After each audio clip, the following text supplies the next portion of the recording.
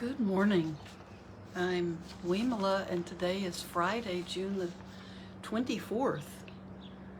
We are racing to the end of the month. I just heard the news that Roe versus Wade was overturned by the U.S. Supreme Court, and 49 years ago it was enacted. So I remember very well when that happened. And when it was first passed by the Supreme Court and put into action, where each state could have their own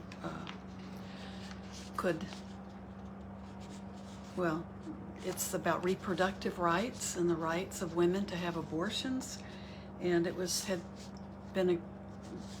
a joyous time, and it felt like it was a law that was going to make things more balanced for women who had money to afford to do things that they needed done no matter what, and to balance out an average person's inability to go to another country or pay for an expensive procedure who had the money to get the medical care they needed. So there were a lot of reasons it was a victory, and just that rights for women had advanced that much, that could become a woman's right to determine her reproductive life. And that's been overturned now, and it's been a long time coming, but what I'm trying to hold on to is the realization I've had recently that we have to be really serious about understanding the impermanence of everything, that we don't have control over things that we thought we had control over, and things change all the time, that changing nature of everything because of this impermanence. So I thought there was a quote I wanted to read by Sylvia Boorstein, because I know there's a lot of anger, there is a lot of frustration and a lot of bitterness about this decision. It's much more a political decision than a decision based on equality, fairness, women's rights. It's all political. But I think it's really important for us to turn to our practice, whatever our opinion is on this topic, to turn to our practice, because this could create a lot of upheaval and political unrest and serious repercussions on both sides just because of anger, loosened anger. But here's a quote from Sylvia. "The practice of seeing clearly is what finally moves us towards kindness. Seeing again and again the infinite variety of traps we create for seducing the mind into struggle, seeing the endless rounds of meaningless suffering over lust and aversions, which, though seemingly urgent, are essentially empty." So seeing that over and over again, the infinite variety of traps we create, we feel compassion for ourselves.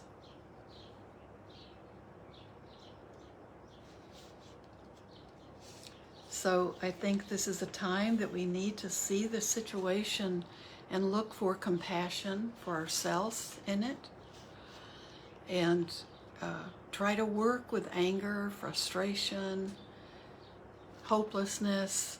I know this is such a huge issue for so many that it's going to create a lot of sadness and despair. But I think to remember the practice of seeing clearly is what finally moves us toward kindness. We have to see that these struggles that we create, we have to be able to let them go.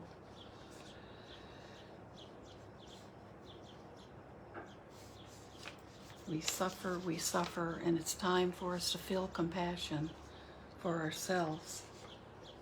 So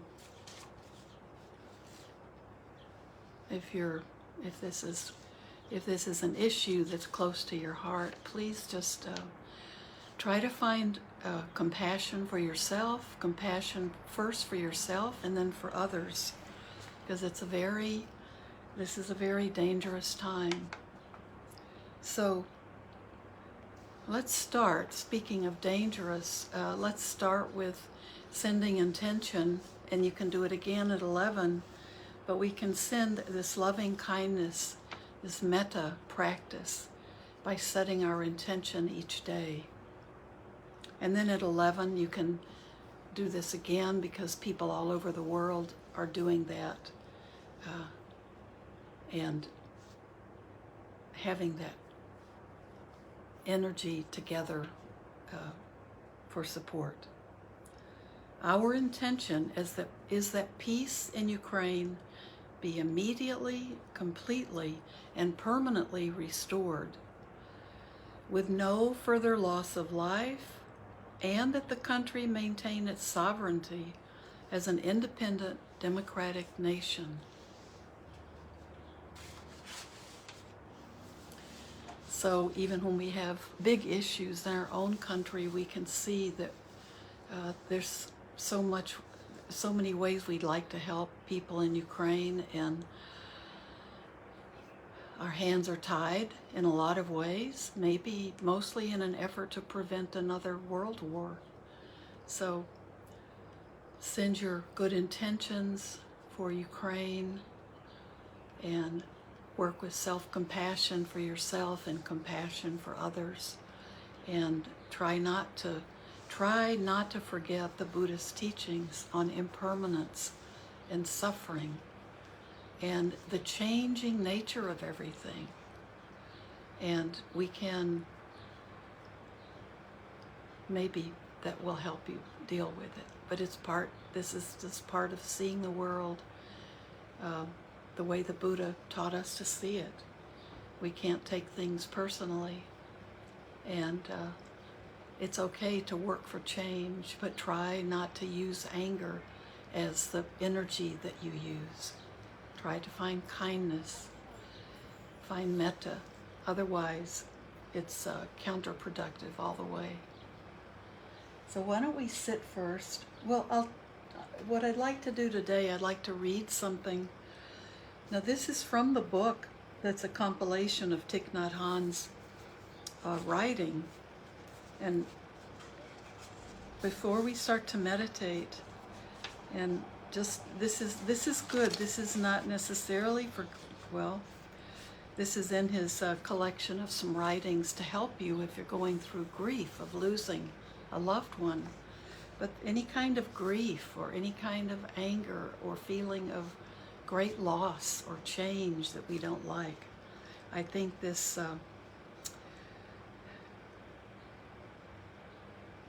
is beautiful to read. Your breath is your life raft in a stormy ocean, the anchor keeping you in your body. Follow your breath and notice what is happening in your body. Feel your abdomen rising and falling. When we are very upset, our breathing may be fast and shallow, and our chest may heave. Just focus on these bodily sensations.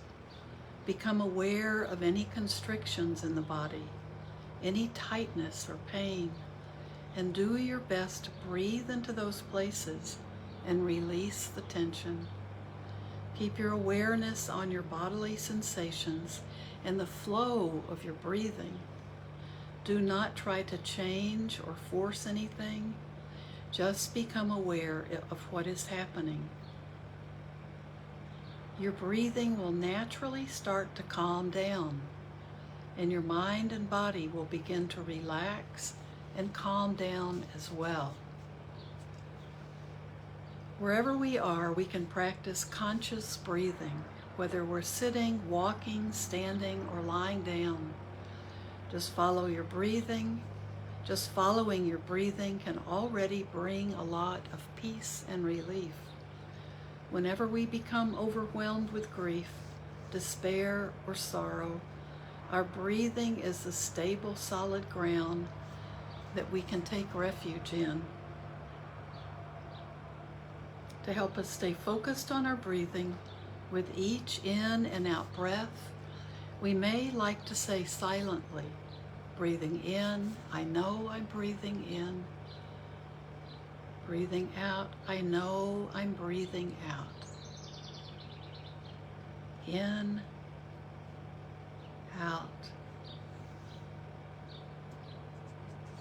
Don't force or try to change your breathing. Just observe and follow it. If your mind wanders off, gently invite it back to follow your breathing again. Our breathing will naturally calm down and become a little slower and deeper.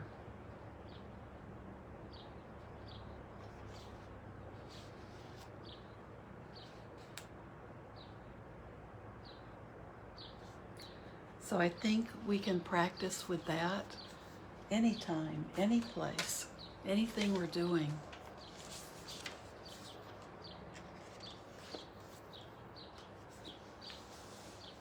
In the wonderful book on Deepa Ma, someone asked her, actually it was Sylvia Boorstein's husband, if it wasn't okay to be angry. She was always saying that we don't need to be angry. We don't need to be angry to be effective or to get things done. That anger doesn't help any situation. And Sylvia's husband asked her, this is back in the 70s, well, what if someone were to threaten to hurt your grandson? Wouldn't that make you angry? And she said, I would protect my grandson. I would make sure he was protected by me, but I wouldn't do it in anger. I would do it with a clear mind, with metta, with peace. And so I think that's something we need to always remember if we want to protest, if we want to get involved in political change and political action. We don't have to do it with anger. We need to be sure that it's coming from a loving heart, from a compassionate heart. And otherwise, anything we change, it's been done for the wrong reasons. So I think those are things we need to really think about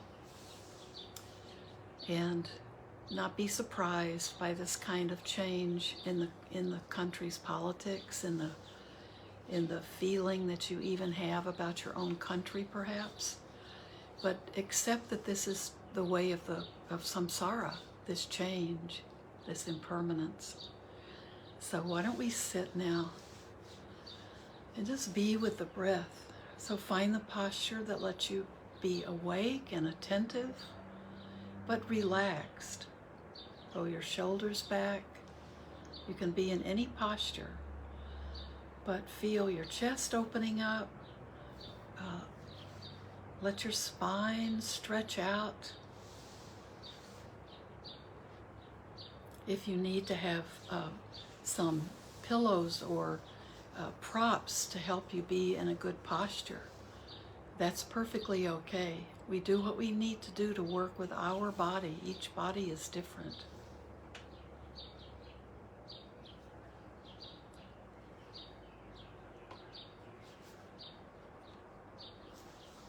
And let's just work with the breath today.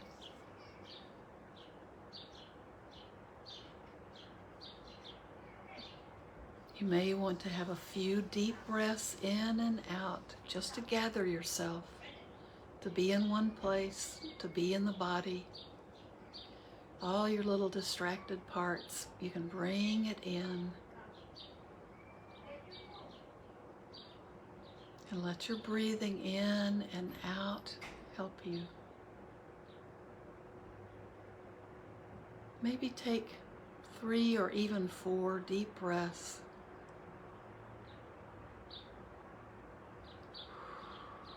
Breathing out, you can even open your mouth.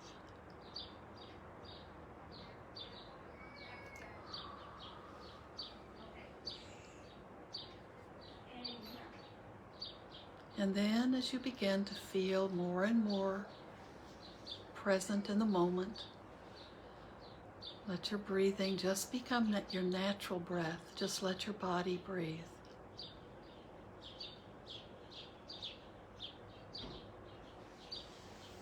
Let the body take charge. That's what it does.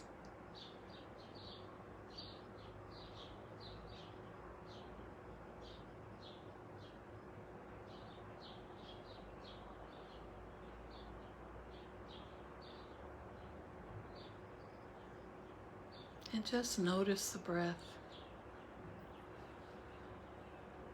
We want to bring it down to the belly as your breathing is up in your upper, almost in your throat.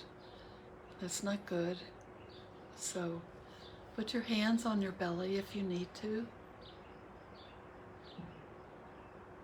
Feel your belly. As you inhale, the belly will come out a bit. And as you exhale, it contracts.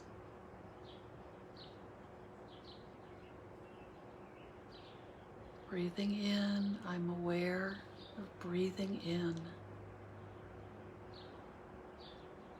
Breathing out, I'm aware of breathing out.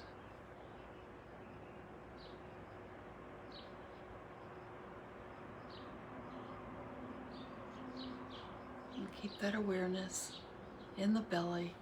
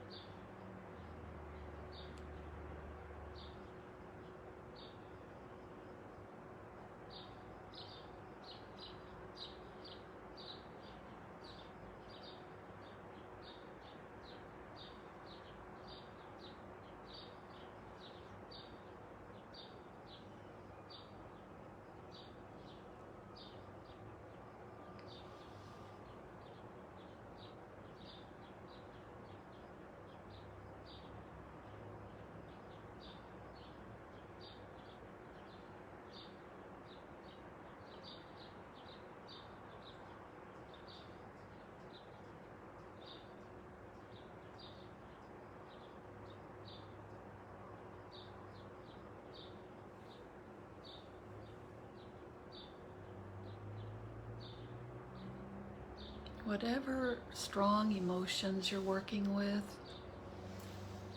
and maybe you've been something you feel has arisen, something that's in your body has risen up, maybe not. But if you're dealing with strong emotions,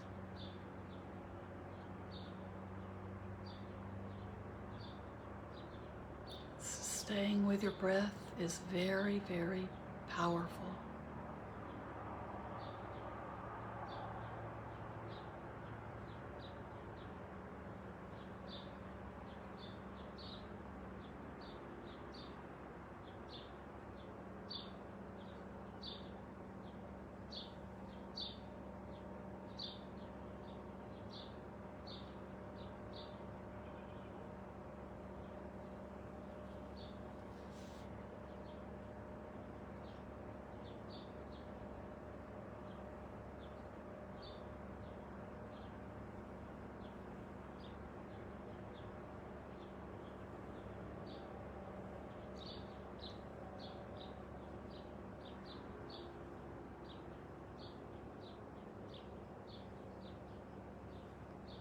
We can let go of the story and just let our deep breathing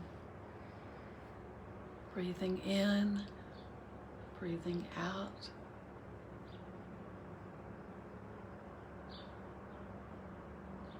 let it help in letting those deeper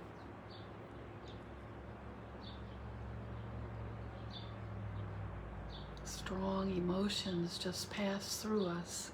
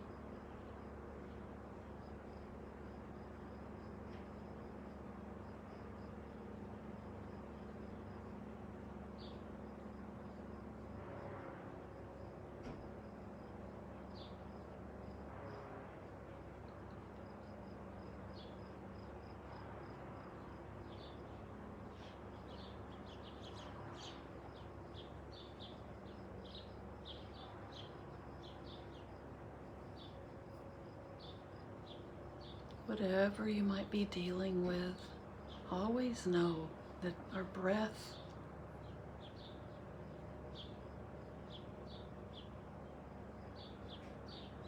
can help us work with it.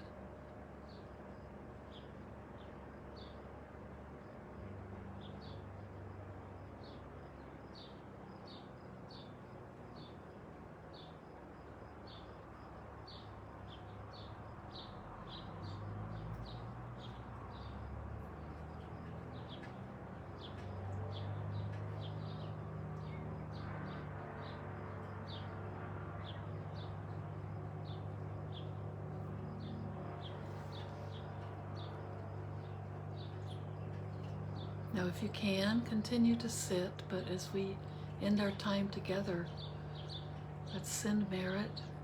May everything we do and say and think today be done not only for our own benefit, but for the benefit of all sentient beings, all beings everywhere.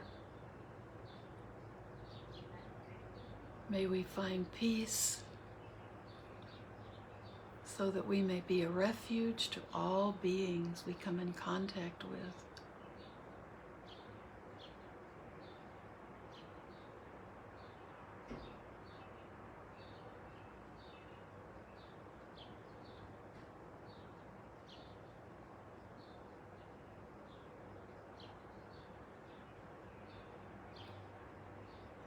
Thank you.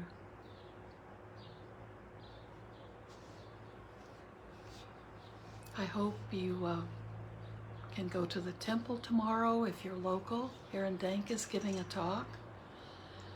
And I hope you have a beautiful weekend. Yes, thank you, Eva. Everything we do, we need to cope with it through metta, through kindness, through love, and find compassion for ourselves. We have, this maybe doesn't sound appropriate, but self-compassion is where we have to begin, just as we do with metta.